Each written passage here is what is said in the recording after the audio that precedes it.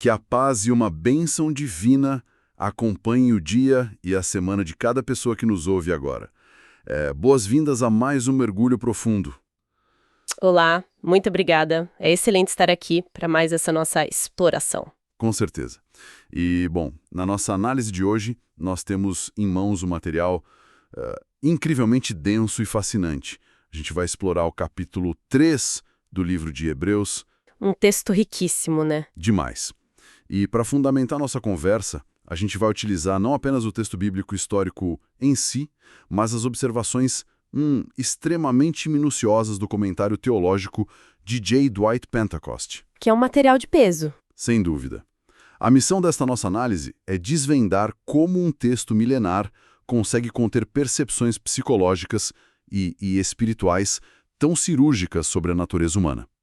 A gente vai analisar a dúvida, a anatomia da rebelião e, a complexidade da mente quando é confrontada pelo medo do desconhecido. Exatamente.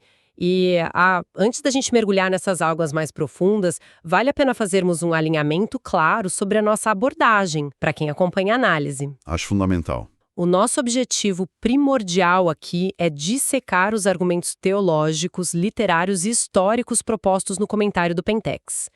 Nós vamos observar o texto de Hebreus como um riquíssimo documento histórico que de fato moldou o pensamento ocidental.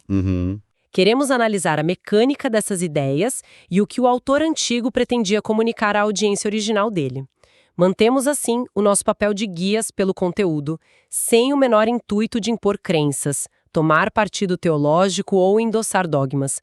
Trata-se de pura investigação de um texto fascinante. Perfeito.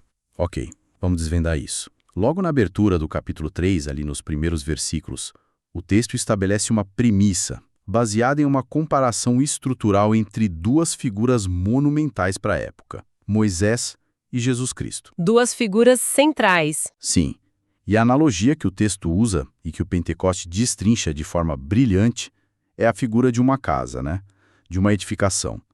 A ideia é colocar Moisés na posição de um administrador de obras. Um excelente administrador, diga-se de passagem. Absolutamente impecável. Aquele servo de altíssima confiança que organiza e gerencia tudo dentro de uma grande propriedade. O autor reconhece, sem ressalvas, que Moisés foi fiel, mas Jesus é posicionado em uma categoria existencial diferente. Ele é o arquiteto. Exato, o arquiteto, o próprio construtor da casa e o filho que é o herdeiro legítimo de tudo aquilo. A lógica é que a glória do arquiteto, a mente que planeja e ergue o edifício, é inerentemente superior à glória do próprio edifício ou da equipe que trabalha nele. E essa distinção entre o construtor soberano e o administrador fiel é, na verdade, o alicerce metodológico de todo o argumento que se desdobra nas páginas seguintes. Para captarmos a gravidade dessa retórica, a gente precisa ter em mente o peso do contexto histórico. Que era muito tenso. Muito tenso. Para a audiência original daquele documento, Moisés era o ápice absoluto. Ele foi o redentor histórico que conduziu a nação para fora do trabalho forçado sob o Império Egípcio. Ele é o homem do evento da Páscoa, o portador das tábuas da lei lá no Monte Sinai. O grande herói nacional. Sim. No entanto, o comentário de Pentecostes faz uma observação teológica vital sobre a função dessa lei. Ela nunca foi entregue com a finalidade de estabelecer a salvação. Esse é um detalhe que muita gente confunde, Confunde muito. O paradigma é exatamente inverso. A lei foi dada a um povo que já se encontrava salvo e redimido do Egito. O propósito era instruir essa nação recém-liberta sobre os parâmetros de convivência em sociedade e comunhão com a divindade. Entendi. Toda a obra de Moisés, portanto, tinha um caráter de antecipação. Ele organizou a casa para quem viria depois. Mas deixa eu colocar um ponto de interrogação aqui. Se Moisés foi quem trouxe as regras do jogo, a base ética e moral de toda a nação, por que o autor de Hebreus sente essa necessidade tão urgente de quase rebaixar a função dele ao mero preparador de terreno? Boa pergunta. Qual é o risco prático que os leitores da época estavam correndo para que o autor precisasse fazer essa separação tão drástica entre o servo e o construtor? O que é fascinante aqui é exatamente a premissa retórica que o autor utiliza. É um raciocínio clássico do menor para o maior. Pentecoste aponta que os leitores originais estavam sob extrema pressão social e política. Perseguição pesada, né? Exatamente. Eles estavam flertando com a ideia de abandonar essa nova revelação cristã e retornar à segurança institucional do judaísmo tradicional. Ou seja, voltar para a casa de Moisés, onde as coisas pareciam mais seguras e aceitas pela sociedade romana. Procurando um abrigo conhecido. Isso. E o autor antigo argumenta o seguinte: se a rebelião histórica contra Moisés, que era apenas o administrador, trouxe consequências mortais no deserto, qual seria a consequência de negligenciar o próprio arquiteto e filho? Nossa, é um argumento de peso. O texto não está rebaixando Moisés de forma alguma. Ele está, na verdade, elevando as apostas para os leitores. É um alerta retórico severo de que recuar dessa nova revelação seria um erro de cálculo catastrófico. O autor está preparando o terreno para o choque de realidade. E aí é que o texto faz uma transição espetacular da teoria teológica para um estudo de caso narrativo. Ele usa o episódio mais dramático da história de Israel, que é o colapso em Cades Barneia. Um ponto de virada histórico. Sim. Como quem ouve a nossa análise já deve conhecer bem, essa é aquela famosa narrativa lá do livro de Números. A nação recém-saída do Egito, caminhando pelo deserto, chega exatamente à fronteira da Terra Prometida. A famosa terra que emana leite e mel. Exato. E o que eu acho brilhante na análise de Pentecoste não é a mera repetição da história dos 12 espiões. É o foco em por que a mente daquelas pessoas quebrou naquele exato momento. A faia psicológica. Isso. Eles estavam na linha de chegada e, de repente, 10 espiões causam um pânico generalizado ao focar nos gigantes e nas cidades fortificadas. Precisamente, e o comentário do Pentáculo não trata isso como um mero infortúnio militar. Ele aborda como um colapso psicológico de proporções nacionais. É um pânico coletivo. Total. Imaginemos a aversão humana ao risco. Aquela geração inteira havia passado a vida sob a previsibilidade brutal da escravidão. A escravidão é terrível, óbvio, mas tem uma vantagem psicológica perversa. Qual? Ela é previsível. A pessoa sabe o que vai comer, sabe onde vai dormir e sabe quem manda. O livre-arbítrio é nulo, logo a responsabilidade também é. Faz sentido. Quando eles chegam a Cades Barneia, a promessa do descanso exigia um passo final de confiança radical no desconhecido, exigia enfrentar habitantes formidáveis e, diante do risco da liberdade, a mente coletiva preferiu o conforto mórbido da escravidão. É inacreditável pensar nisso. Eles choram, entram em desespero profundo e chegam a conspirar para nomear um novo líder que os levasse de volta para os chicotes do Egito. Tudo pelo medo do desconhecido. Sabe, isso me lembra muito o que a gente vê no mundo corporativo hoje, ou até em dinâmicas de startups. Como assim? Tipo, a equipe trabalha por anos no desenvolvimento de um produto inovador. Passa por perrengues inacreditáveis, falta de orçamento, madrugadas em claro. Mas na véspera do lançamento, quando o produto vai ser finalmente testado pelo mercado real... Bate aquele pânico de rejeição. Uma parte da diretoria começa a focar apenas no que pode dar errado. Focam nos concorrentes gigantes e sugerem abortar tudo e voltar para o modelo de negócios antigo e falido, só porque ele era familiar. É o mesmo mecanismo psicológico. A ironia suprema, que o material aponta, é que Israel tinha sobrevivido a pragas cósmicas. Eles tinham caminhado pelo fundo de um mar aberto. Mas o que os derrotou não foi a espada do inimigo. Foi o próprio medo espelhado na mente deles. Eles tropeçaram na porta de entrada por pura falta de fé. Se conectarmos isso ao quadro geral que Pentecos desenha, o autor de Hebreus utiliza esse colapso para mapear a anatomia da incredulidade. O comentário divide esse processo em 4 etapas progressivas de decadência, que a gente encontra documentadas nos versículos 12 a 19. 4 etapas claras. Isso. É importante notar que essa falência não ocorre do dia para a noite. A primeira etapa é o que o texto chama de afastamento de Deus, que estaria enraizado em um coração perverso e incrédulo. Ou seja, começa por dentro. Exato. A raiz do problema não é intelectual, é volitiva. É uma escolha interna de distanciamento. Uma decisão silenciosa de parar de confiar no caráter de quem fez a promessa. E essa sutil decisão interna nos leva para a segunda fase, que o texto denomina de endurecimento do coração. E o comentário de Pentecoste explica isso usando o conceito do engano do pecado. A metáfora aqui é muito física, quase dermatológica. É a ideia do calo, né? Sim, assim como as mãos de um trabalhador braçal criam calos grossos após meses de atrito constante com ferramentas e acabam perdendo a sensibilidade ao toque, o coração humano faz a mesma coisa. Ao racionalizar pequenas desconfianças e se afastar da verdade repetidas vezes, a mente vai ficando calosa. Vai ficando insensível. Exatamente. A pessoa perde a capacidade de ser persuadida ou de se importar com a direção correta. Ela se blinda. E esse estado avançado de insensibilidade culmina inevitavelmente na terceira etapa, que é o ato de rebelião declarada. Aquela desconfiança que começou bem silenciosa dentro das tendas do acampamento, agora vira um motim aberto. A panela de pressão explode. Explode. Foi o exato momento histórico em que o povo verbalizou que não iam entrar, que preferiam o Egito. Foi o rompimento prático e documentado do Tratado de Confiança. E isso traz a consequência final. Sim, o que aciona a quarta e última etapa dessa tragédia estrutural. A perda das bênçãos prometidas. A sentença divina relatada no texto determinou que toda aquela geração adulta viveria como nômade. Eles vagariam em círculos pelo deserto árido por 40 anos. 40 anos. Até que o último deles morresse. Apenas a geração seguinte, juntamente com Josué e Caleb, que foram os únicos espiões que confiaram, desfrutaria da entrada na terra. Aqui é que a coisa fica realmente interessante. Porque eu preciso fazer o papel de advogado do diabo, já que isso levanta um paradoxo teológico gigantesco no material do Pentecoste. Pode falar. Se a gente lê esse desfecho devagar por 40 anos para morrer no deserto, a conclusão óbvia de qualquer leitor leigo seria que Deus cancelou o contrato.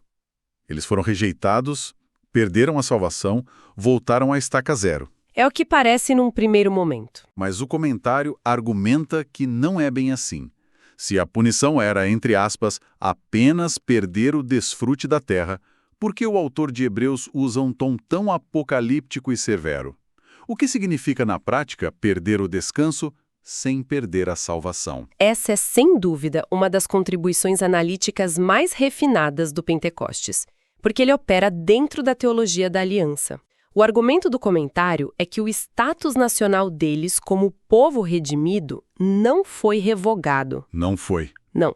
O sangue do cordeiro nos umbrais das portas lá no Egito não tem prazo de validade na lógica do texto.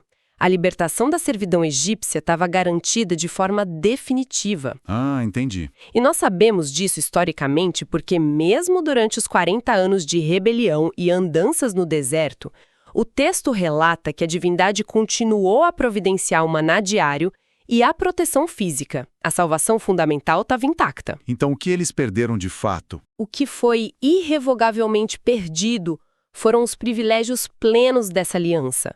Eles perderam a posse, a estabilidade, a abundância e a paz profunda que a terra prometida representava. Perderam a recompensa do descanso. Nossa, é como ter comprado o ingresso vitalício para o melhor parque de diversões do mundo. Boa analogia. A pessoa passa pela catraca, está oficialmente dentro do complexo. Não está mais nas ruas perigosas lá de fora, está segura. Mas, por um ataque de pânico paralisante logo na entrada, ela se recusa a pisar nas áreas temáticas. O resultado? Fica de fora da festa. Passa o resto da vida sentada no asfalto quente do estacionamento do parque. A pessoa não perdeu o ingresso, ela está salva do lado de fora, mas a experiência prática dela é um deserto escaldante em vez de alegria. E pelo que entendi, o Pentecoste usa essa distinção para entrar num debate muito atual sobre o que ele chama de crentismo fácil. Perfeitamente ilustrado pela sua analogia do parque. Pentecoste lança uma crítica muito bem estruturada contra essa noção moderna e um tanto superficial de crentismo fácil. O que seria isso exatamente? É a ideia de que a jornada espiritual se resume a uma transação intelectual inicial. Tipo, repetir uma fórmula, levantar uma mão num evento e considerar o assunto encerrado, independentemente de como a vida da pessoa prossegue dali para frente. Uma visão bem mecanicista, né? Sim, e o autor de Hebreus repele essa visão totalmente. Na lógica do texto antigo, a verdadeira evidência de que a fé inicial de um indivíduo era autêntica e substancial não é aquele pico de emoção no dia da libertação do Egito. É o que vem depois. Exato. É a perseverança, a capacidade de manter a confiança contínua até o fim da jornada, é a prova empírica de que a pessoa de fato se tornou participante de Cristo, como o versículo 14 expressa. O deserto, no fim das contas, revela a natureza da fé. E essa necessidade imperativa de perseverança nos leva ao próximo ponto de inflexão da nossa análise. Como, afinal, a mente humana entra nessa espiral descendente no dia a dia? O Pentecoste detalha a psicologia da murmuração. E isso é assustadoramente atual. É o nosso comportamento diário. Demais. O material mostra como o ciclo de reclamação distorce completamente a nossa percepção da realidade. É o que hoje nós chamaríamos de viés de confirmação negativo. O povo encontra uma dificuldade normal no deserto, tipo a falta de água. A dúvida surge, o que é natural. Claro, são necessidades básicas. Mas em vez de buscar solução, a dúvida apodrece e vira murmuração. E o grande perigo da murmuração crônica é que ela simplesmente reescreve a memória. A pessoa começa a acreditar ativamente que a divindade a odeia.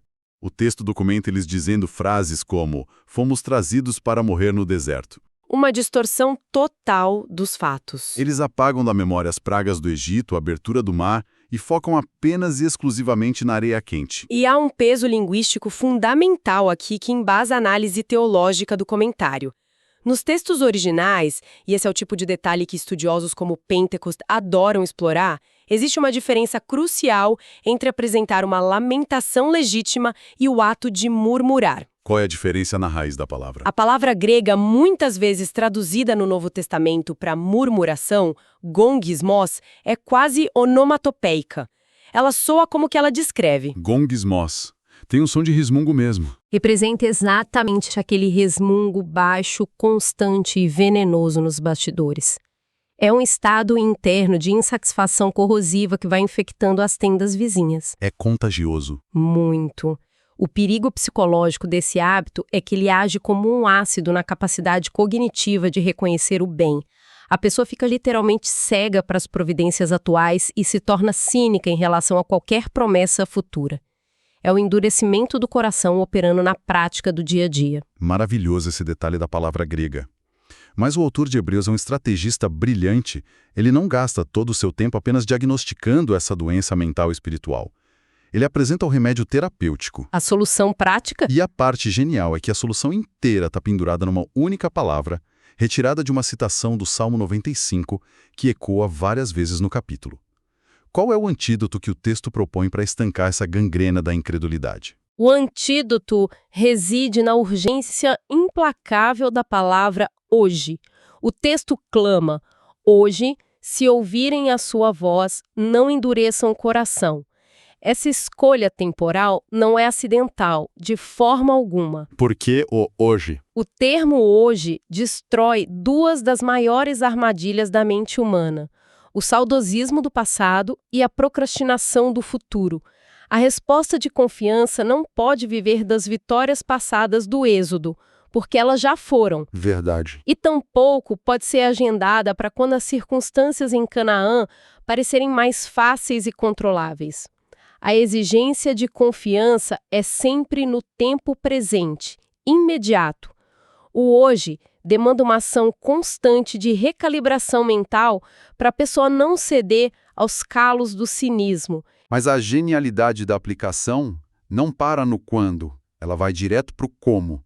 No versículo 13, o texto destrói completamente aquele mito moderno do lobo solitário, da pessoa que acha que vai conseguir manter a própria integridade mental e espiritual trancada num quarto, dependendo apenas da própria força de vontade. O texto não permite essa leitura individualista. De jeito nenhum. O autor instrui de maneira taxativa. Animem uns aos outros todos os dias durante o tempo que se chama hoje. Ou seja, a responsabilidade de manter o coração sensível e evitar o cinismo não é um fardo exclusivamente individual. É um projeto comunitário de sobrevivência coletiva. Essa visão comunitária é a pedra angular da ética cristã primitiva que é retratada em Hebreus. A premissa do autor é baseada num realismo absoluto sobre a falhabilidade humana. Ele conhecia o ser humano. Muito bem. O autor sabe que o engano do pecado é extremamente inteligente, sutil e muitas vezes invisível para quem está no meio do turbilhão emocional. A pessoa que está criando calos de amargura no coração geralmente é a última a perceber. A pessoa acha que está sendo apenas realista, né? Exato. Daí a necessidade vital de uma comunidade interdependente. Aquele que está com a mente lúcida e firme na fé hoje tem a obrigação moral de ancorar quem está escorregando na espiral da murmuração.